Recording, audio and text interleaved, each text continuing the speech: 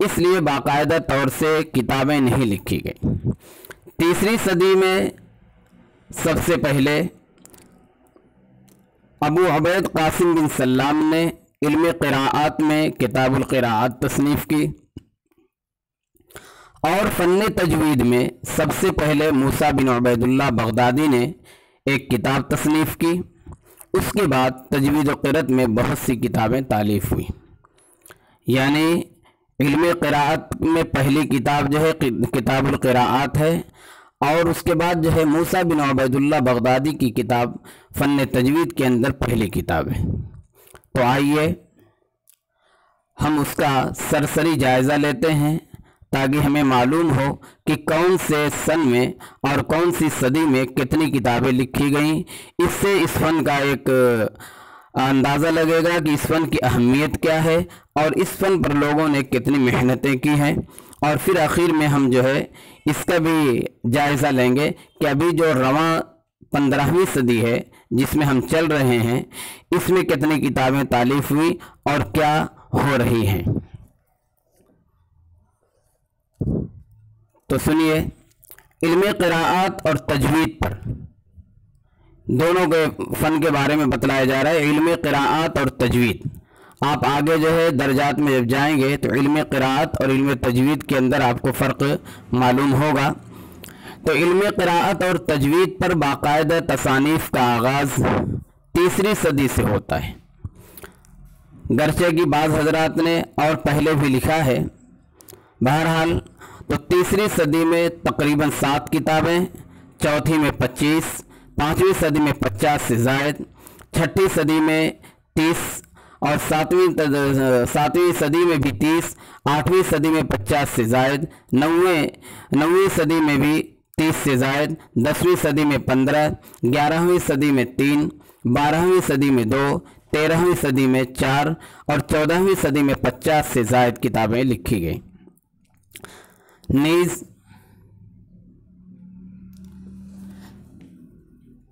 14ویں صدی میں خاص طور پر علم تجوید پر تصانیف کی تعداد 100 سے زیادہ ہے۔ اس سرسری جائزے سے تقریباً 500 تصانیف کا سراغ ملتا ہے، یعنی تیسری صدی سے لے کر کے 14ویں صدی تک تقریباً 500 تصانیف ہوئی ہیں، 500 کتابیں لکھی گئی ہیں۔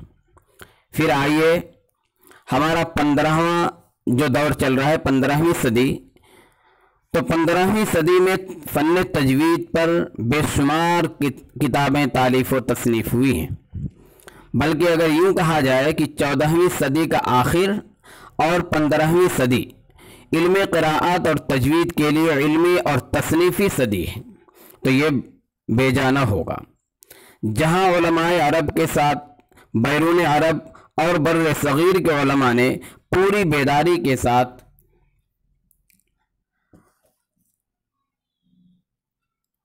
اس علم کی تعلیمی، تصنیفی اور تربیتی خدمات پر کمر بستہ نظر آ رہے ہیں، علماء عرب نے بطور خاص اہتمام کیا ہے۔ جدید اور مستقل تصانیف کے قدیم مآخذ مصادر کو اثر نو، تصحیح و تحقیق، جدید انداز پر مفصل تعلیقات کے ساتھ طباعت اور ارشاد کی برابر خبریں آ رہی ہیں۔ اسی کے ساتھ بر صغیر میں کمیت اور کیفیت دونوں اعتبار سے اچھا خاصا کام ہوا ہے، ہو رہا ہے اور انشاءاللہ قیامت تک ہوتا رہے گا۔ تو میرے عزیز طلبہ،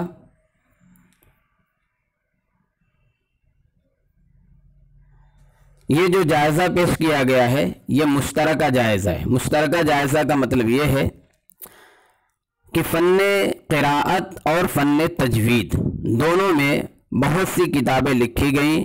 تیسری صدی سے لے کر کے 14ویں صدی کے آخر تک تقریباً 500 کتابیں، پھر اس کے بعد جو ہے 14ویں صدی کے آخر سے لے کر کے اس وقت تک ہزاروں کتابیں لکھی گئی، اور جو مراجع کی کتابیں ہیں جن کو مرجع بنایا جاتا، چھوٹی چھوٹی کتابیں تو بہت ساری ہیں، لیکن جن کو مرجعیت حاصل ہے، جن کو مرجع بنا کر کے جس سے لوگوں نے نقل کیا ہے، جس سے لوگ نقل کرتے ہیں، علامہ ادریس عاصم جو شرح فوائد مکیہ کے مصنف ہیں، وہ لکھتے ہیں کہ صرف فن تجوید پر اگر ایک مختصر اور جامع فہرست لکھی جائے تو اس میں تقریباً 150 کتابیں آتی ہیں، یعنی تقریباً 150 کتابیں اس رواں سال کے اندر، یعنی 15ویں صدی کے اندر جو ہے 15ویں صدی میں 150 کے قریب کتابیں صرف ایسی لکھی گئی ہیں جن کو مرجعیت حاصل ہے۔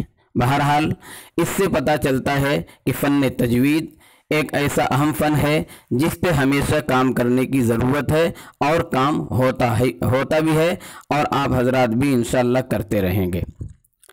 بہرحال یہ تو تصنیف کا جائزہ ہوا، اور اسی طرح سے تاریخ تدوین ہوئی کہ علم تجوید کی تدوین تقریباً 150 ہجری میں ہوئی ہے، اور آج تک جو ہے اس پر بے شمار کتابیں لکھی گئیں۔ اب چلتے ہیں، ذرا ہم دیکھیں مشہور قراء کون ہیں۔ مشہور قراء معلوم کرنے کے بعد اس سے بھی اہمیت کا اندازہ لگایا جاتا ہے کہ یہ فن کتنا اہم ہے۔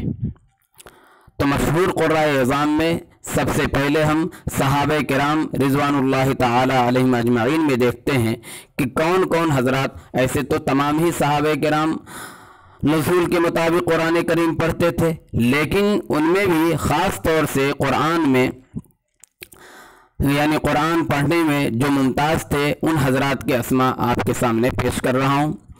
صحابہ کرام میں حضرت عثمان رضی اللہ تعالیٰ، حضرت علی رضی اللہ تعالیٰ، حضرت ابی بن کعب رضی اللہ تعالیٰ، حضرت زید بن ثابت رضی اللہ تعالیٰ، حضرت عبداللہ بن مسعود رضی اللہ تعالیٰ، حضرت ابو دردہ رضی اللہ تعالیٰ، اور حضرت ابو موسیٰ اشعری رضی اللہ تعالیٰ عنہ خاص طور سے شمار کیے جاتے ہیں۔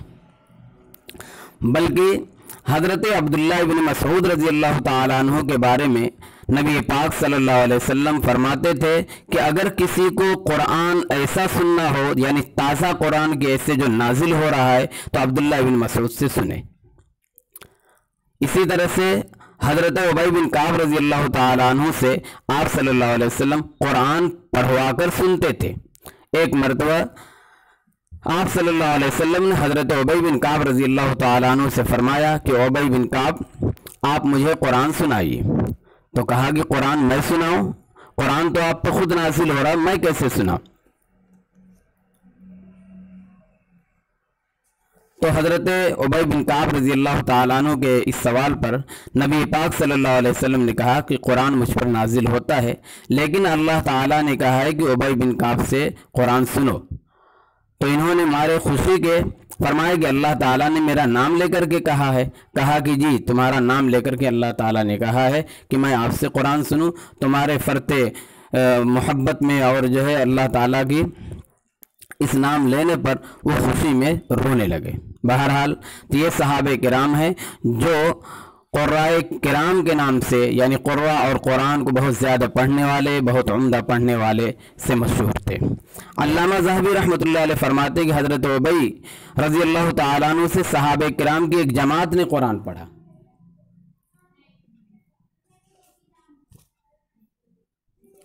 صحابہ کرام کی، یعنی خود حضرت ابی بن کعب رضی اللہ تعالیٰ عنہ کے شاگردوں میں صحابہ کی ایک جماعت ہے، ان میں حضرت ابو ہریرہ، حضرت عبداللہ بن مسعود، حضرت عبداللہ بن صائب رضی اللہ تعالیٰ عنہ اجمعین بھی شامل ہیں۔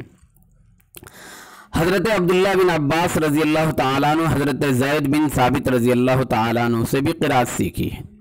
پھر ان لوگوں سے بکثرت تابعین نے قرات کی تعلیم پائی، یعنی حضرت عبداللہ ابن عباس رضی اللہ تعالیٰ عنہ نے حضرت زید بن ثابت، یہ بھی قرآن کریم کے بہت بڑے حافظ تھے اور قرآن کریم کی 7 روایات کے حافظ تھے۔ چنانچہ جب قرآن کو ایک جگہ جمع کرنا ہوا، پہلی مرتبہ بھی اور دوسری مرتبہ بھی آگے آپ پڑھیں گے، پہلی مرتبہ حضرت ابوبکر صدیق رضی اللہ تعالیٰ عنہ کے زمانے میں جمع کیا گیا، اور دوسری مرتبہ حضرت عثمان غنی رضی اللہ تعالیٰ عنہ کے زمانے میں جمع کیا گیا۔ تو دونوں جمع کرتے وقت حضرت زید بن ثابت رضی اللہ تعالیٰ عنہ کو اس کا صدر بنایا گیا، اور انہی کی نگرانی میں، اور انہوں نے ہی بلکہ اس قرآن کو جمع کیا اور اس کے مختلف نسخے لکھے تھے۔ تو وہ اتنے ماہر تھے کہ 7 قرات ان کو ازبر تھی، اس لیے دونوں حضرات نے یعنی حضرت ابو بکر صدیق رضی اللہ تعالیٰ عنہ نے اسی طرح سے حضرت عثمان غنی رضی اللہ تعالیٰ عنہ نے ان کا انتخاب کیا تھا۔ بہرحال یہ تو حضرات صحابہ کرام میں تھے۔ پھر ان حضرات صحابہ کرام کے بعد چلتے ہیں الگ الگ علاقوں کے قرائے کرام جو مشہور ہیں وہ کون ہیں۔ قرائے مدینہ میں ابن مسیب، عروہ، حضرت سالم، حضرت عمر بن عبدالعزیز، سلیمان بن یسار، عطا بن یسار، معاذ بن حارث، عبد الرحمن ہرمز العارج، ابن شہاب زہری، مسلم بن جندب، زید بن اسلم رحمہ اللہ تعالی ہیں۔ یعنی یہ قرہ وہ ہیں جو واقعی قرہ تھے اور ان کو جو ہے مرجعیت حاصل تھی، ان سے لوگ جو ہے جا کر کے سیکھتے تھے۔ اسی طرح سے مکہ مکرمہ کے قرہ میں حضرت عبید بن عمیر، عطا بن ابی رباح، حضرت طاؤس، مجاہد، اکرمہ اور ابن ابی ملیکہ وغیرہ ہیں۔ قرہ کوفہ میں علقمہ الاسود، مسروق، عبیدہ عمرو بن شرحبیل اور حارث بن قیس، ربیع بن خثیم، عمرو بن میمون، ابو عبد الرحمن السلمی، زید بن حبیش، عبید بن نفیلہ، سعید بن جبیر، نخعی اور شعبی رحمہ اللہ تعالی علیہ۔ قرائے بصرہ میں ابو عالیہ، ابو رجا نصیر بن عاصم، یحییٰ بن یعمر، امام حسن بصری، ابن سیرین اور قتادہ رحمہ اللہ تعالی علیہ اجمعین ہیں۔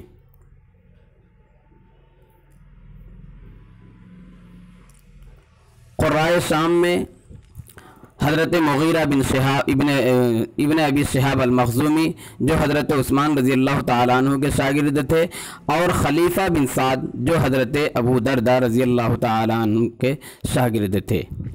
بہرحال یہ جو ہے قرائے کرام کا ایک سرسری جائزہ تھا۔ آج کا سبق اسی پہ ختم ہوتا ہے۔ کل انشاءاللہ قرأت کی تقسیم آپ کو بتلائی جائے گی۔ السلام علیکم ورحمۃ اللہ وبرکاتہ۔